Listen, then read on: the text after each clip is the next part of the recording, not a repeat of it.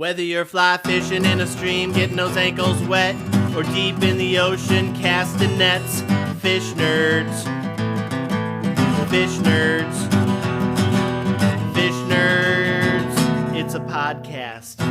Hello and welcome to the Fish Nerds, the show about fish, fishing, and eating fish. Show that's always interesting, usually funny, and mostly true. I'm Clay Groves, Chief Executive Fish Nerd, licensed fishing guide, your best friend. Great show today for you. You're going to love this. Doc Martin, our chief science correspondent, is back again twice in a row.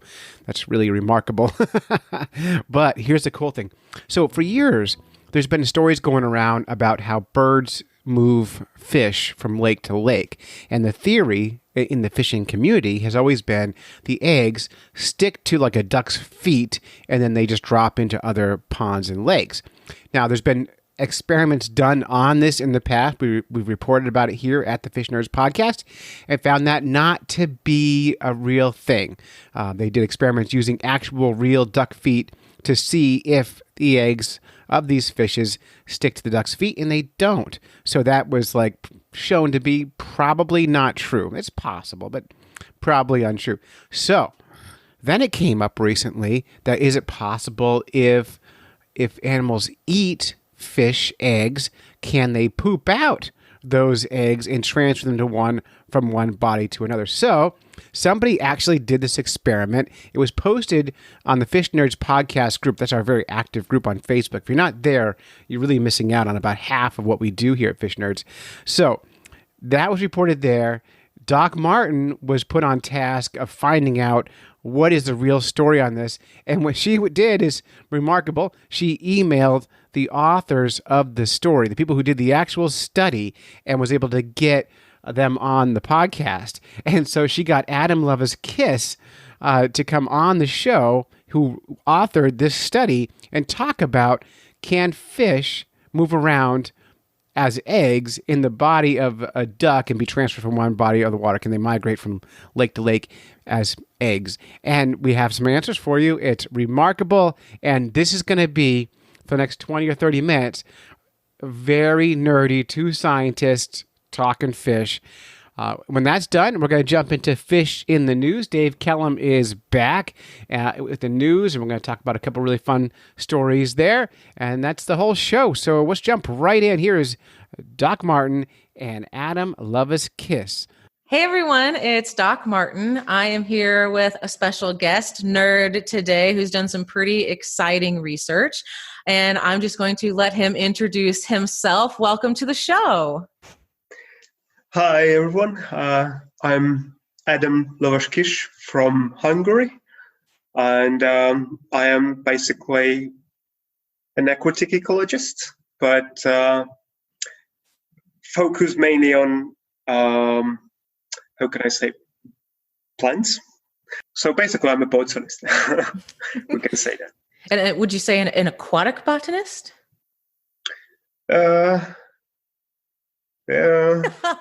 So if you go to the details, because I started working with orchids, so it's completely irrelevant. I mean, it's not an aquatic plant at all, and my main focus was shifted to the birds, aquatic birds, and so I'm a big mix. We can say that.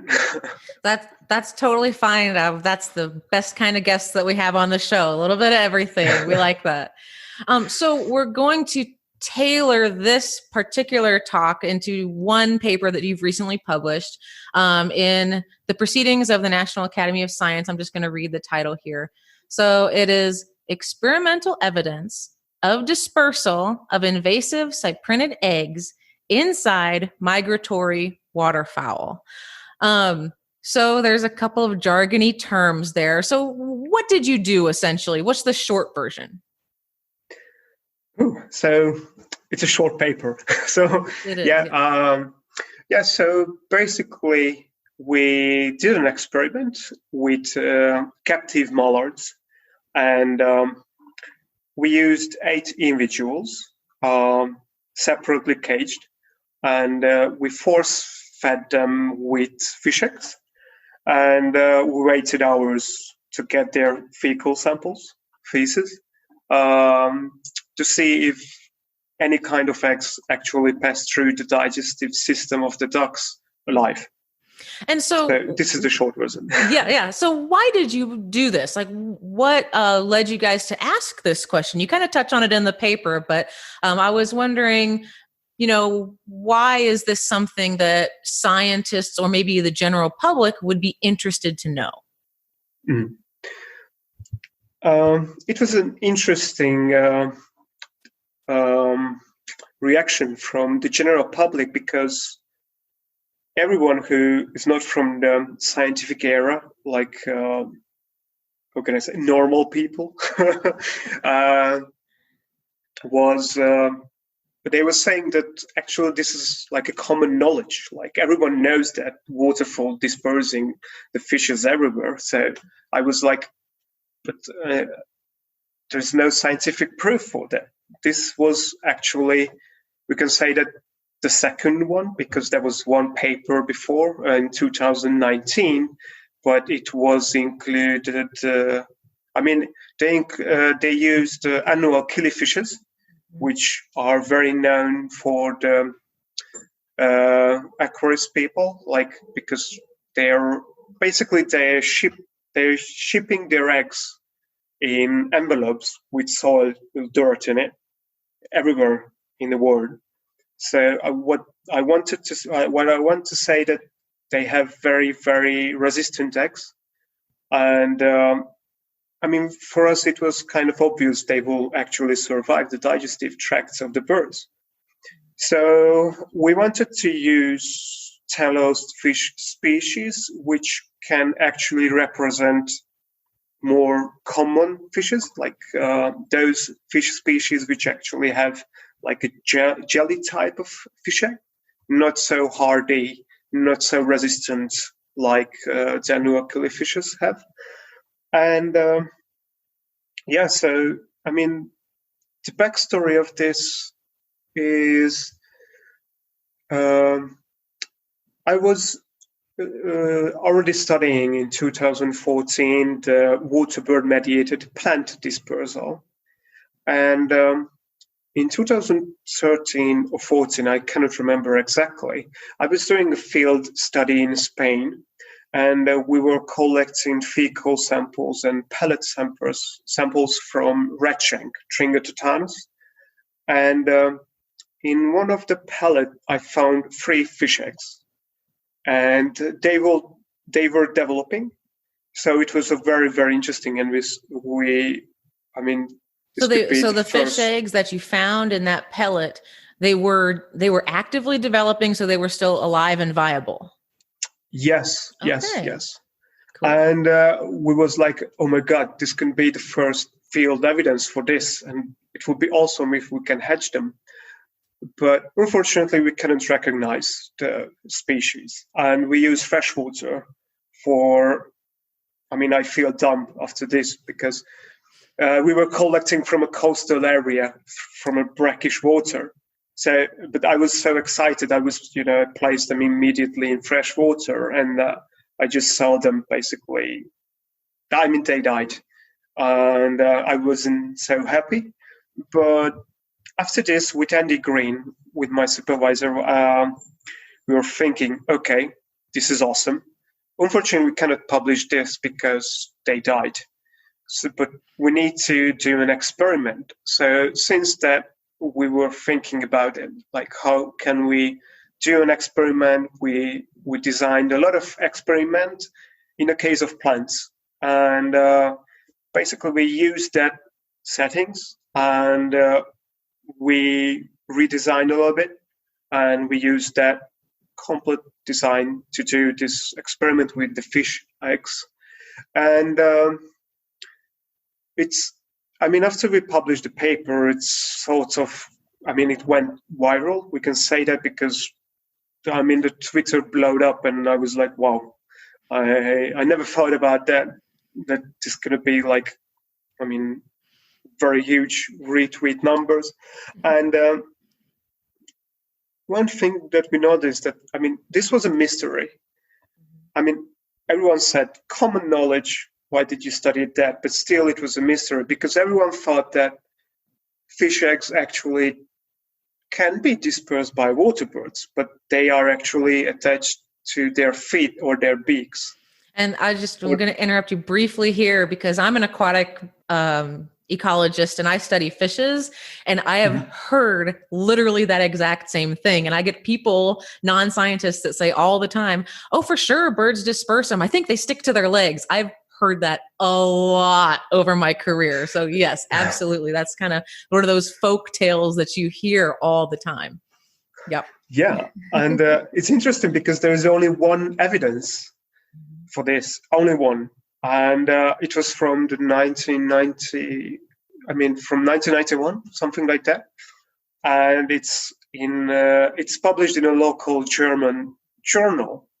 And Real is the scientist who did that. And he mentioned that he found pike eggs on a mallard's feet from 4 or 5, something like that. But this time it was a temporary pond which was drying up, and he collected the fish eggs from the mallards and he managed to hatch them. But still, I think it's a little bit problematic because you don't know if they were just freshly attached, so they just came out from the water, and he just saw that immediately. So you cannot be sure that this can be actually called epizoochory, which is the name of the outside transportation. And I think this should be again tested experimentally, like how long actually the fish eggs can be alive, like attached to the mallard's feet. So I don't know how hardy they are in the case of the dryness, or for example, like the mucus, how sticky they are. They are actually can do the attachment and staying there. So it's an interesting question, and it would be lovely if we can study that. But I'm talking a lot about everything. Sorry. No. That's great. That's perfect. We're getting a nice kind of history of the question here. That's great. I was going to ask you. We talked about you compared your research to research on killifish eggs, and so the killifish, they have kind of hard eggs that are really made for this diapause state where they're not going to do anything. They're going to hang out and can deal with desiccation, drying out, that kind of stuff. But you didn't study killifish. You studied two carp species that are a little bit maybe infamous here in the U.S. as a highly invasive species. And so which one were they? The common carp and then the Prussian carp. Is that right? Yeah. And so why did you choose those two specific species of fish? In the first place, in Hungary, the common carp is native. So a little bit different than carp, here. Yeah.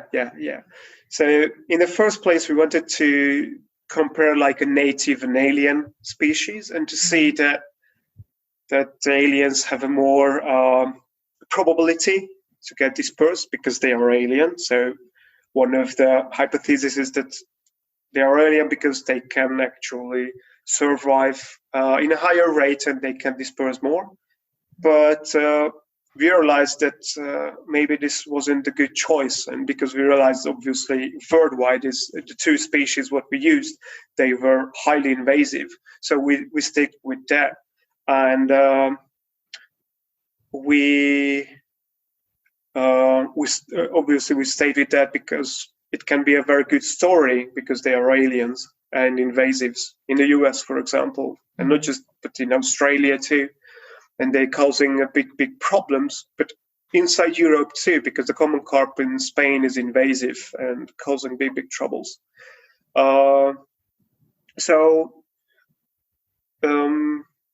That's we stayed with this, and in the future studies we try to focus on more fish species and what kind of traits actually influence the passage rate or the passage, or the viability, for example. So, yeah, I saw you mention that as saying, hey, we know that this is possible now. So your next kind of goal, or maybe the next goal of whoever takes over this kind of project, is going to be, okay, so some fish eggs are more or less likely to be able to survive the digestive system of different birds. If you wanted to guess what kinds of fish might be more likely candidates to have this as a dispersal mechanism, what are some kinds of species that you might predict would use birds' digestive systems to disperse their eggs? Kind of put you on the spot there. Okay, yeah. So I think it's similar in fish egg traits to these species. They will obviously be dispersed by the birds. Mm-hmm. And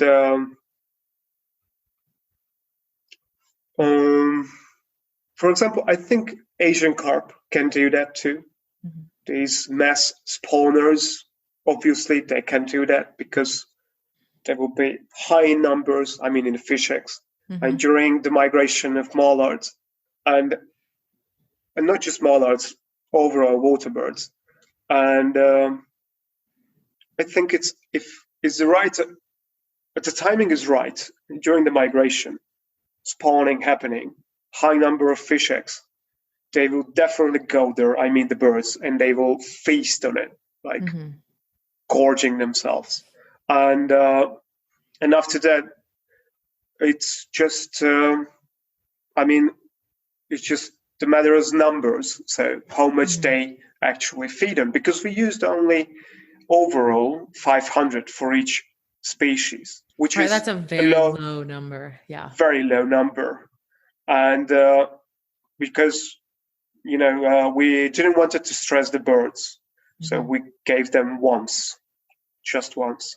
So, but they have the possibility to feed them. To feed on them.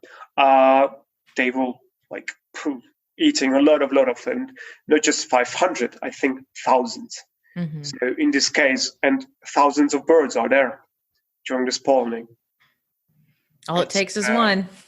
Yeah, just one. And in our case, there was we found passing eggs in the case of 6 birds from 8. Mm-hmm. So it will happen in long. Sorry. Yeah. I noticed of the 8 birds, so 6 of the 8 that you fed eggs to did pass at least one egg. Some of those were viable. We can talk about that in a minute. One of the questions that I had was, of these eggs that are surviving and going on to hatch. So you talked about, only feeding them 500, first of all.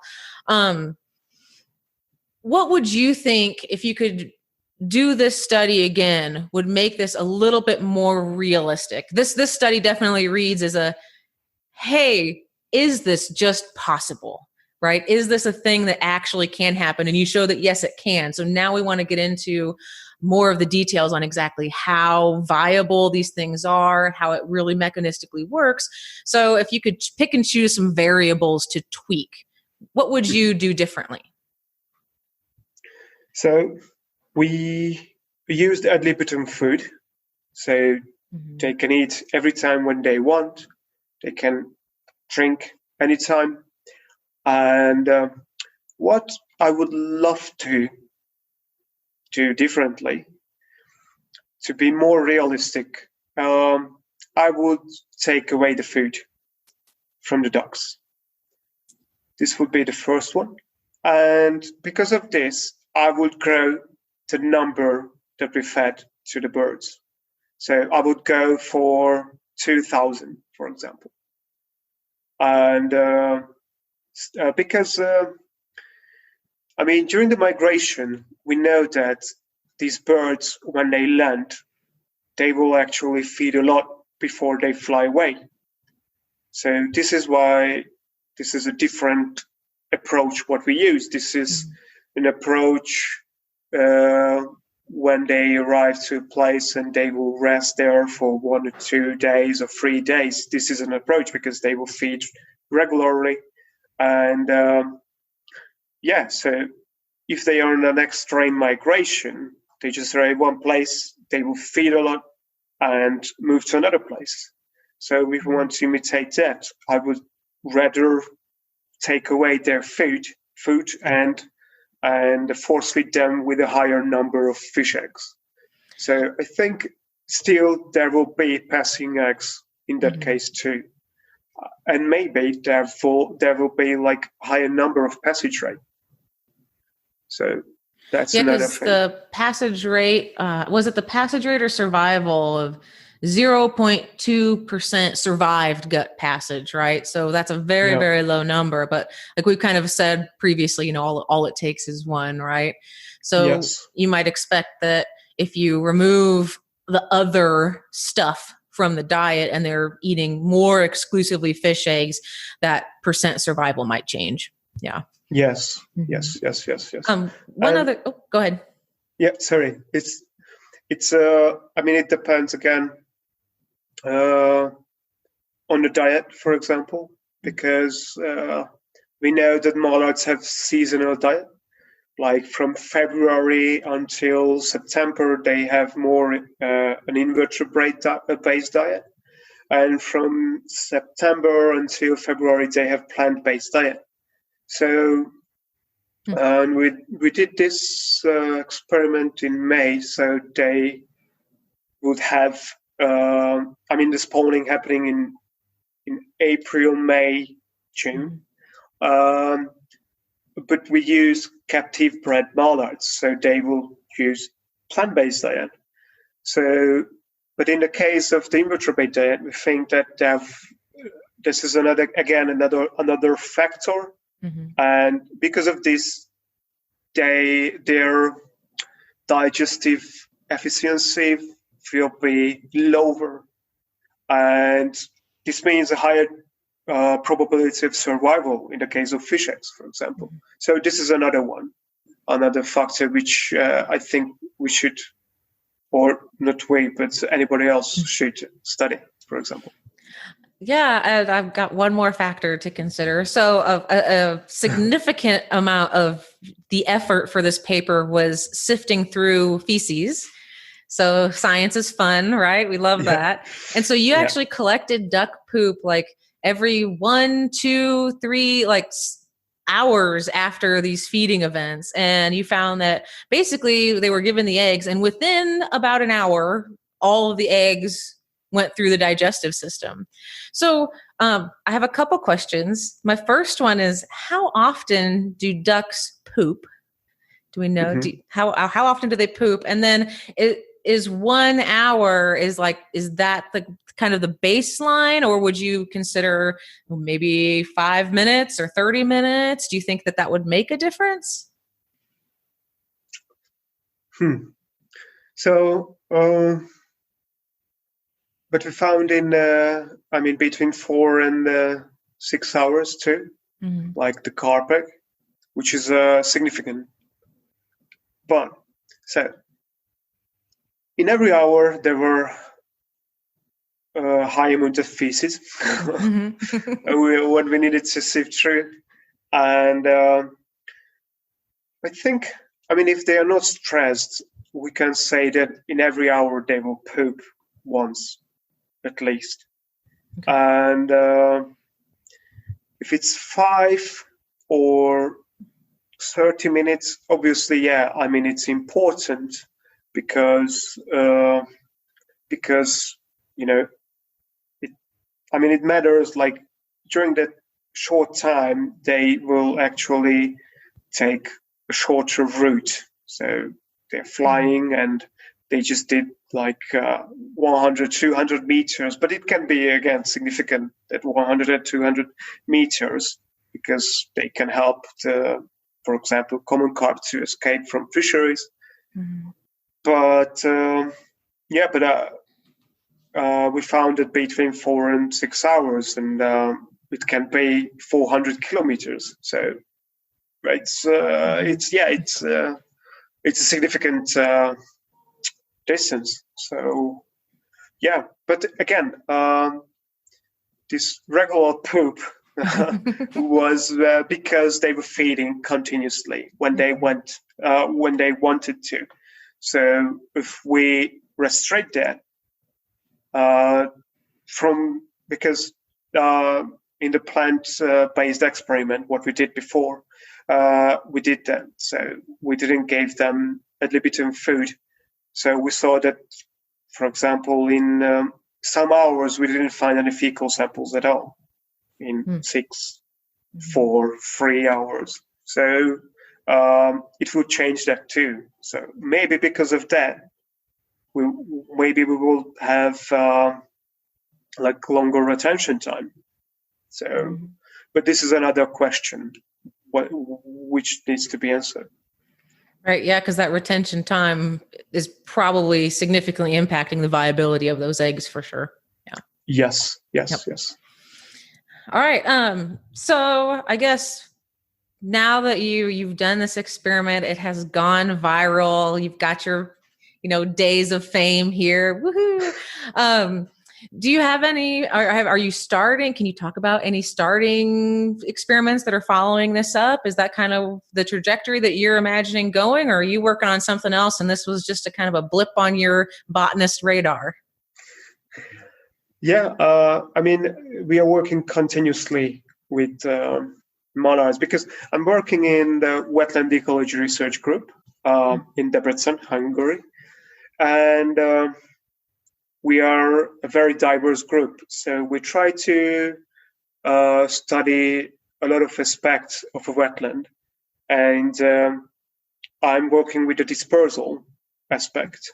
And my boss working on invasive species, and one of my colleagues working on the local knowledge of animals, aliens, invasives, native species. In the case of anglers, for example. So we try to do and work on a wide aspect of wetland. So we are trying to do more work in this case of the fishes, fish dispersal. What we are planning to do in this year to work with at least 10 species and to work on the fish egg traits with different traits and what will actually influence the passage rate and the survival. So this is the bigger step for this, and that'd be really exciting. Oh yeah. And we will try to do, in the case of plants, I don't know if the listeners are actually interested in this, but I'm doing a lot of field studies, so going out monitoring birds. I mean, not just mallards, shorebirds, in a local scale. And not just local scale, but I have samples, for example, from Buick swans from Siberia. So I'm working on that too. They have very, very big feces, like 30 grams. So I need to see if that, So, with Tender Green, with my colleagues, we try to do more work on fish dispersal, but again, on seed dispersal. And we try to do more seed dispersal network studies, which will be a next big thing in our case. Awesome. That's really exciting. I will definitely keep my eyes out for the next publication on your fish dispersal stuff, because this was pretty cool to come across my desk. Do you have anything else about this research or anything else that you'd like to tell our listeners? Yeah, one thing that some tweets and some people were actually saying that, okay, in this case, we need to kill all the ducks because they are spreading invasive species. But that's not the case. We would not should do that at all. Because one thing I need to say that it's very important that the humans were actually introducing these species to North America. And in the case of waterbirds, they are doing their awesome ecosystem service. Like usually they are dispersing things to abandoned wetlands, to isolated wetlands, and they are trying to help, to populate those wetlands. And if a native species arrives to a local wetland, obviously they can't, separate those invasive species propagals or eggs. They are just trying to feed what they found, and they would disperse to elsewhere. So don't kill the ducks. Just, be careful when you are moving your fish species to anywhere. Because in the case in Hungary, we know that there are anglers that moving the Prussian carp and causing big troubles in natural Natura 2000 protected areas. So these are the most cases. And sometimes waterbird-mediated dispersal can happen, and it can be significant. Yeah, that's all. All right, awesome. And if any of our listeners want to find you, Twitter, Facebook, website, something like that, where could we do that at? You have my email, maybe. You can send it to everyone if somebody interested. Or, I have Twitter, I have Facebook, Adam Lavoskisch. You can find me everywhere, I think. Awesome. We'll make sure we post your Twitter handle up there when this episode comes out. And thank you so much for coming to talk to us today. I really appreciate it. This paper was really interesting. I think it kind of validated a little bit of that folklore rumor about birds dispersing fish eggs, which is always nice when science kind of backs up maybe what you already have feelings about. That's all that I have. So enjoy, the rest of your evening there. It's morning for me. And when your next paper comes out, I'll send you an email. Thank you so much for the possibility. And thank you for listening, or thank you so much. I couldn't be happier with how that interview came out and the fact that Doc went right to the source with it. So thank you, Doc Martin, for being part of this. This really show is one of the reasons it's great is because we have correspondents like you working on the show. Thank you again to Adam for coming on and helping us understand his poop experiments. Poop experiments, I guess, as we call them. Anyway, let's jump right into the news with Dave Callum, our new but old news guy. Here's Dave. News, fish in the news. Everybody loves their fish in the news. It's time for Fish in the News. Everybody loves the fish news. Hi, Dave. Hi, Clay. Get Dave Callum back with us again. We're so happy to see you. You look beautiful. Thank you. I try. Yeah. I work at it. Yeah, it's all that hard work you're doing. It's paying off finally after all these years. Thank you. All right, you want to jump in with some news here? Get right into it, or do you want to talk about fishing? I do. And just so listeners know, we never tell each other what we're doing, our stories. It's totally secret. Yeah. And then so we spring these on each other. Mm-hmm. And so this is just like a magic trick, right? Like I'm going to set this up. So, Right. I need a volunteer from the listening audience. Oh, pick me. Oh, Clay. Very good. Yeah, all right. Perfect. Clay. So tell everybody what I texted you just before the recording tonight. You had me text you a funny word. Exactly. That's all I said was text me a funny word. Yep. True story. And Clay, we've known each other how long?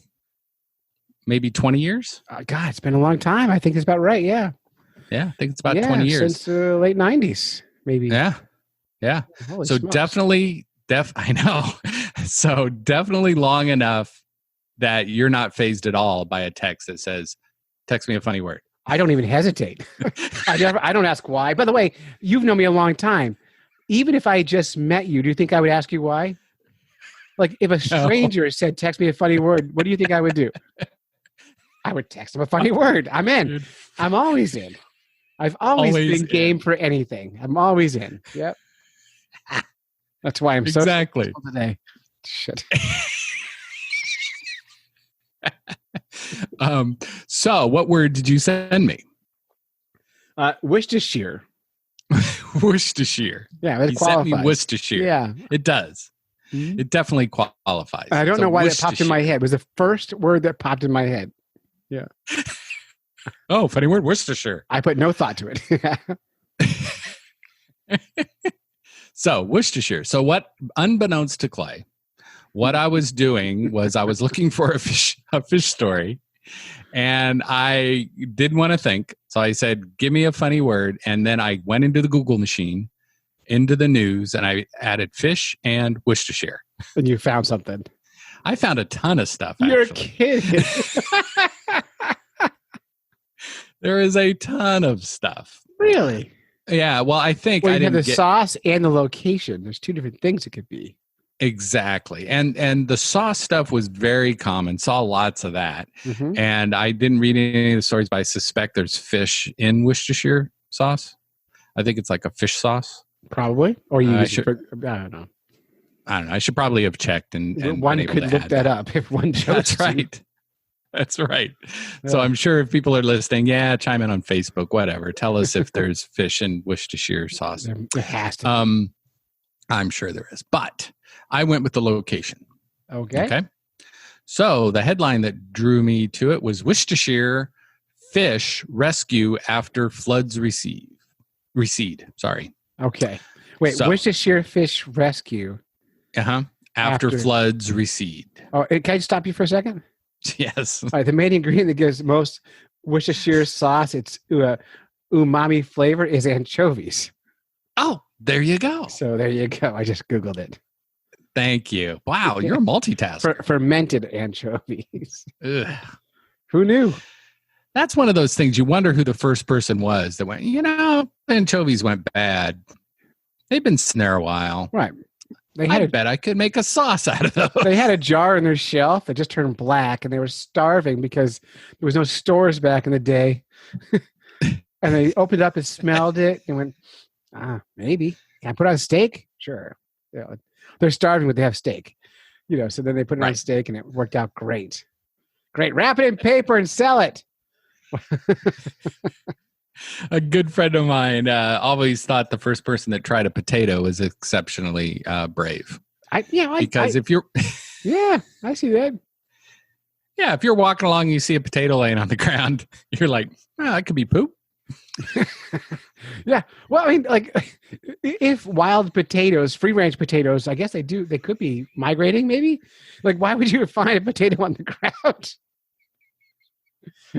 I don't know, but why would you be digging for a potato? The great potato migration of 1877.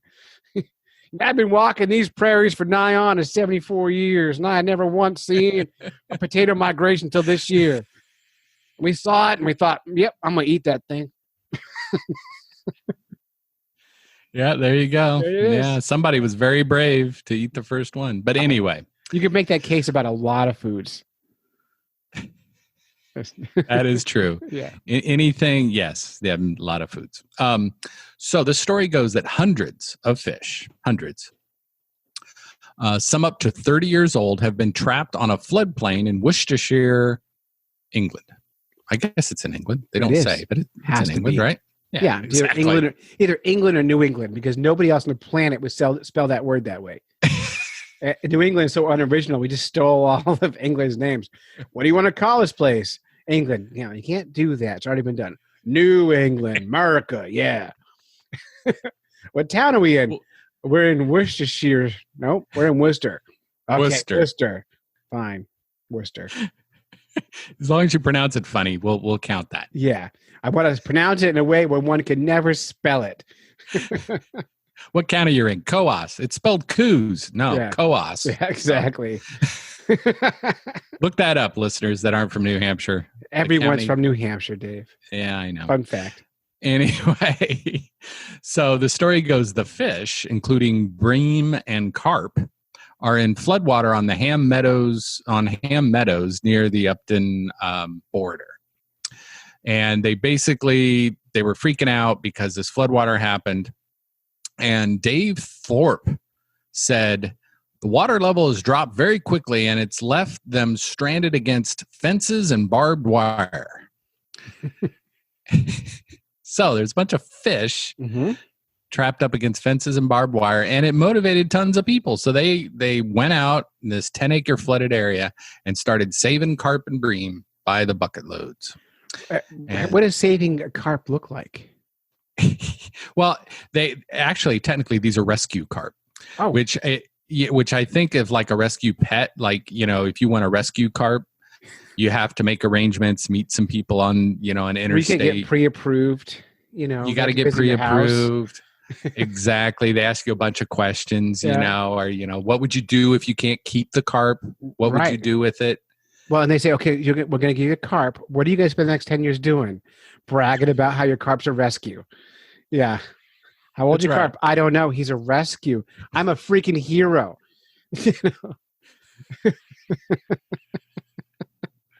Exactly. My self-worth has been improved by my rescue carp. Mm-hmm. Any chance you get, you have to announce that it's a rescue.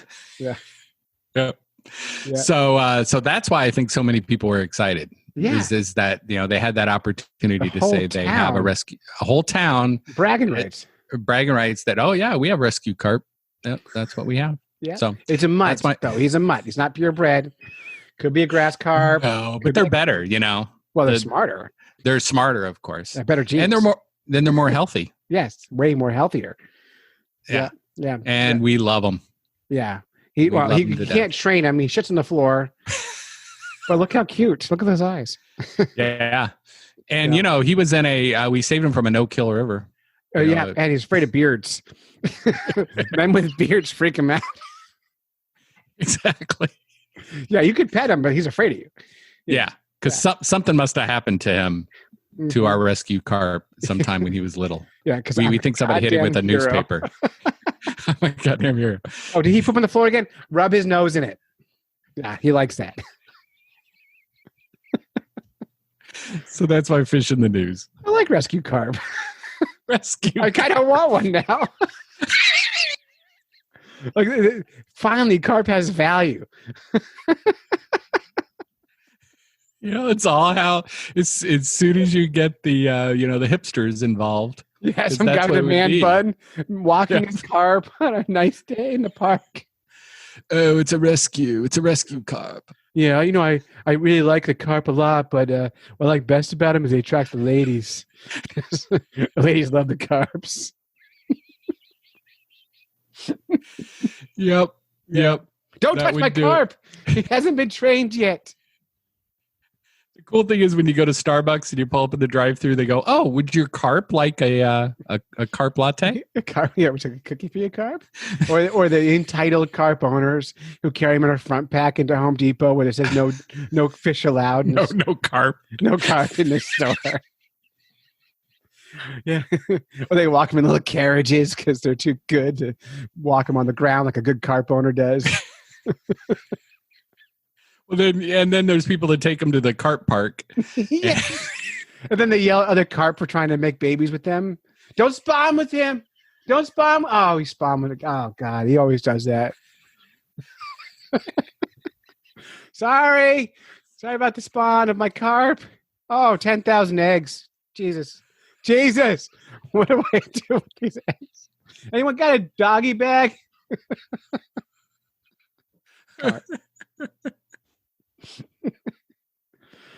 Yeah. Well, I'm glad we had this talk, Dave. That was good. Exactly. I didn't see that coming.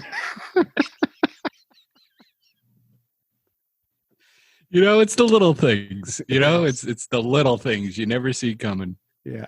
Because we're going to talk about the top 10 worst fishing lures of all time. And this is visual, even though it's a podcast. Of course. Of course. Why not? Yeah, but it just made me laugh so much looking at these lures. And I thought maybe you own some of them. So this is from Outdoor Life, and it's titled The Top 10 Worst Lures of All Time. First one is called the Heat and Hightail. And if to describe it, just try to imagine the Simpsons episode with the three-eyed fish, only with two eyes. It looks like a cartoon of a whale. Is what it looks like. But Yep. yeah. But I would fish with that. Oh, of course. And I'm sure some collector, I'm sure that's worth like $5,000. No question about it. It's classic Hedon. It was in the 1960s. It was a tumultuous political and cultural movement, and the Hedon hightail, in terms of fishing lure oddities, the hightail may well be the weirdest. Combination of wake bait, crankbait, and top water, and it looks like a little whale, like I described. So, and I don't know, I've never seen this one before, so it's cute. It is cute. I could see that in a store. That's fine. And the second one is called the hover lure, and I've totally seen this. Have you seen it? Yes. So for those who don't know, imagine a little float with a top stick coming out of it that holds a plastic dragonfly over the water. So it's like a puppet. Have you used it? I haven't used it, but I've seen similar things, and I actually think it's kind of brilliant. So basically, you're throwing a leaf because it's shaped like a leaf. It is, yeah. And you're it's a combo of like the bait and also the structure. So I think, a similar thing would be if you chuck a log out there and then, have a little fish attached to it or a worm attached to the actual log. So I actually think that's brilliant. I would use it. So far, the first two I've loved. Mm-hmm. I'd be the first one in line to buy them. Now, this next one is called the Joe's Swimming Lure. And it just looks like an egg with a hook on it. It's red. Joe is not creative. No, but I suspect his lure worked. Well, it's because anything will work. Because fish don't care. They don't care. Yeah, but it was cute. But I think it was self-propelled.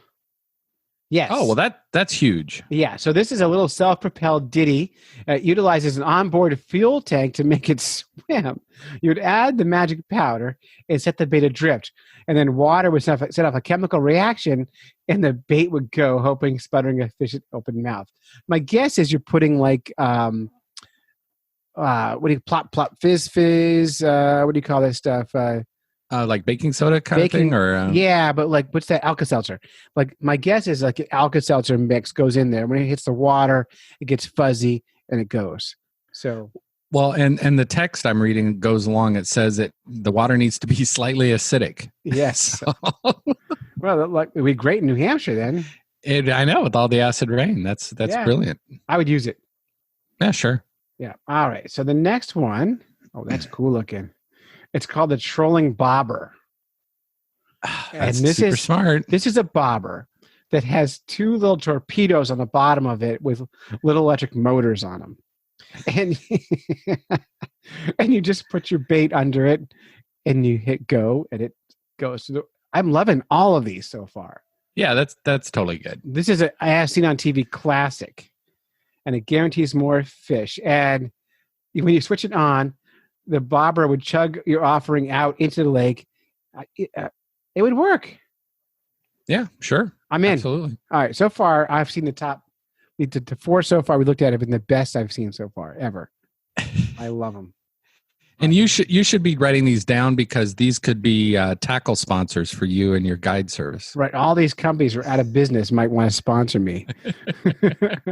Because they too can have a hard time catching fish on my lake. All right, here's one called Chuck Woolery's Moto Lure. It's autographed. Oh, nice. Wait, who is Chuck Woolery? Chuck Love Woolery. Connection. Yes, that's Love huge. Connection. All right, so his is his signature lure. Yeah. I know it comes with its own STD. You catch the fish slowly with syphilis. Well, it's not funny. But anyway, this is basically a plug with a hinge on it. So I would catch fish. Yeah, but Chuck Woolery, come on. I'd be in just because of that. But like, my thought is like, if you are the Love Connection host, his fishing lure looks so generic. Like anyone could design that lure. Right. Like, you would expect it to have like heart shaped or like a phallic, some sort of phallus maybe. I don't know. I don't know. I think it's just cool to have the Chuck Woolery. You need a whole set like the Richard Dawson. Oh, all the 1970s hosts. Yeah, the lecherous host collection. Oh, they're all so creepy. They are. So also creepy. Yeah. So, when was the last time you and your husband made whoopee? You know, it's exactly. Well, Chuck, let me tell you, we've been married 15 years, and the answer is we never. We have no kids. It never happened. Never happened. Sorry, Chuck, because he fishes all the time. He's in a tournament bass guy. They're never home. Never home ever. All right, here's my favorite one, the Prez. And the Prez was made as a promotional tool for Jimmy Carter. And it looks like a peanut and a fishing lure. It does. So kind of a classic. And looking at it, it's got a nice big lip in it. Looks like a peanut. You would catch parrotfish, perhaps. That's true. That's true. There's in the aquarium trade, there's like an elephant nose, like knife fish or something. All right. So there's two species so far we can catch with that fish. Well, so this is brilliant to have a peanut based lure because it would stick to the roof of their mouths. Perfect. It's true. I'll move on. All right. By the way, Bob Eubanks was the guy on the Newlywed Game that you were trying to imitate. So, I'm not as old as you are. So, I was little in the 70s, and this is the next one is one I've actually seen on TV a lot as a kid. It's called the Mighty Bite, and this came as a whole kit where you would swap out the different plastics, and they have lights and all kinds of different things you could add to them. And I remember seeing this ad. It sounded like a dogfish, like a dog food chain, not a fishing lure. But the Mighty Bite has inspired lots of fishing people to spend tons of money trying to catch fish. Another classic ass thing on TV. Have you seen that one? I have not seen that one. It just looks like a regular swim bait with a big chunk out of it. Yeah, but it does. It's got like a blood spot on it and stuff. Yeah. It looks like we catch fish. Well, and I always thought it was ridiculous. You know, when you get these lures, they say, "Oh, you got to tune them just right," you know, and so they swim perfectly straight and all that. Actually, you want a lure that doesn't do that, right? You want something that looks screwed up and injured. Right.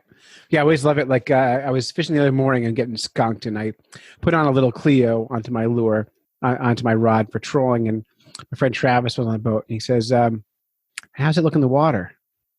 And I said, "Like a piece of metal." I can't figure why any fish would bite any spoon going through the water. They look like a piece of metal floating in the water. Like there's no fish that looks like a bright orange oval. Flopping around. Yeah, flopping around. It looks like a piece of metal. And then, well, we had a hit on it, but never caught any fish. So didn't worry. Here's a good one, and this is called the Hedon Big Bud Lure. Definitely seen that. Yes, I've seen this one too. And this looks like a Budweiser can as a fishing lure. Right. And I bet it worked. You caught fish with no teeth. Can you imagine, though, if you could... no teeth. And no sense of taste. Exactly. Can you imagine if you could find a bunch of these and then upgrade them to microbrewery models? Like you have a brewery up in Conway. You probably got like 40, right? We have 5 up here. Yeah, 5. That's let's crazy. Say we'll use Tuckerman's as our most local, right? Yeah, there you go. So we can get Tuckerman's. We call this a head wall alt bug. Yeah, you would have to get all that hipster kind of stuff in there about what it is. You know, it's a slow and you can't call it microbrew because that shows your age. Oh no, it's got to be a craft beer. Oh, a craft beer cask. Is that a thing? The cask ale, yeah. Okay. The cask is very specific. Yeah. All right. Yeah. So you could definitely modernize these a little bit, and then still not sell any. Sure. Just you can give them away. That's all. But if you can go back in time though and collect, like if you just, like put all these lures in a time capsule, you could retire on what the value of these things are. I bet these are all highly collectible. Oh, and I've always heard that the most collectible things are the things that people throw away. Like it's the things that people have like zero value for. So, just the collectible kind of 8-track tape stuff and all that super collectible stuff that people just chucked. That's the stuff that people want. Right. Because if like Beanie Babies is never going to be worth anything, right? Because people are collecting them while they were brand new. So they bought them with the intent of collecting them. Well, if they're being sold with the intent of being collectible, that means that no one's getting rid of them and there's no value to them. So this one, this next one is number 2 is Alex Langer's Flying Lure. And it just looks like a tube jig that's been run over by a truck. So a very flat, boring tube jig. So I have a tackle box full of these things. Same brand? I don't know about that. I think there was only one flying lure, and he had a show, and it says QVC and infomercials. So yeah, it was definitely a show, and it must have been in the early 90s. Because a fishing partner and I, when we were in college, were totally obsessed with the flying lure, and it's an amazing lure. I actually take I disagree with this article because it was a fabulous lure. And the most amazing thing about it, see where the line, it's like a reverse lure. Oh, the line goes inside. Oh. It goes backwards. Yeah. So what happens is you toss it, and then if you give it a bunch of line, it will actually swim into the structure. Oh. So it planes, it just kind of swims itself. It like flies into, and it's terrible because you lose tons of lures because it swims right into the stuff. But it's an amazing lure. It totally works. Right. Well, and they say that the rod finesse involved with trying to control a bait that swims backwards makes it very hard to use. Yes, it was extremely hard to use, but my friend just swore by him, and he caught tons of great fish. So yeah, that's legit. Well, so far they've all been legit. All right, and the number 1 worst lure of all time is called the laser lure, and it just looks like a regular big bill swim bait, like a big beak on the front of there. And the marketing pitch for this one is a flashing water-activated light implanted in the lure's bill would trigger bass to strike. And they spent a ton of money marketing this and had Bass Pros talking it up, and it disappeared in 2012. So it just disappeared. Just gone. Just poof. Poof. Magic happened. Now, have you ever fished any lures that light up? Yeah, I have. How they worked for you? No, kind of glitchy, but no, I've used those before. And you always have that image of like night fishing and all that. Yeah. Yeah, I've used them, but I can't tell if they're better than not using them. Like I was jigging for cusk one night on Silver Lake through the ice with a light up jig. It flashed red, and I caught a cusk on it. It's the only cusk I've caught jigging in that lake in 8 years. I have not been able to catch any fish again with that lure, but I can't tell if it was a lure or if I just got really lucky that night. Yeah, I know. There's no way to tell. And that's why that's the basis of the fishing industry right there. Right, yeah. That nobody really knows how any of it works. Yeah, you know why? Why? It all works. That's true. That's true. I did want to say one of my favorite lures that I have is I don't know its brand, but it's a big popper lure, like a big topwater popper, and it's hollow. And inside is a stretched spring. I can only assume it's a stretched spring. And when you cast it, it hits the water, it just vibrates. Oh, it just sits there and vibrates like in the water. It's so cool. I've never caught a fish on it, but I always thought it was brilliant. No, I've got a whole pile of lures in my tackle box who have not earned their keep. Oh, and I can't tell if it's because I didn't use them long enough or if they don't work. Because, like I buy a new lure and I'm like, my old stuff always works. I'm going to throw the new lure for a few minutes, then I'm going to give up and go to what catches fish for me. Yeah, it's all in the confidence, right? Yeah. It's all what you have confidence in. So I think the next bad lure you and I should create. Oh. What would it be so like? let's do a quick pitch. I think we should partner with one of those inflatable life vest companies. Oh, I'm liking it so far. And so it's a lure that takes one of those CO2 cartridges. So You it has to cast be it around big. and when big. Well, no, Yeah. I mean, those CO2 cartridges or whatever. Yeah, sure, big. Mhm. And, let's say, and it's trolling. So you're down deep catching salmon or something. And when a fish hits, it goes boom and blows up this balloon and it floats to the top. You don't need to reel it in. Just net it out of the water. Just net it out of the water. Yeah. You can get rid of the fish hooks entirely. It just gets in the fish's mouth. And he's like, oh, and his mouth fills up and he floats to the top. Now you've caught and released a fish without ever hurting it.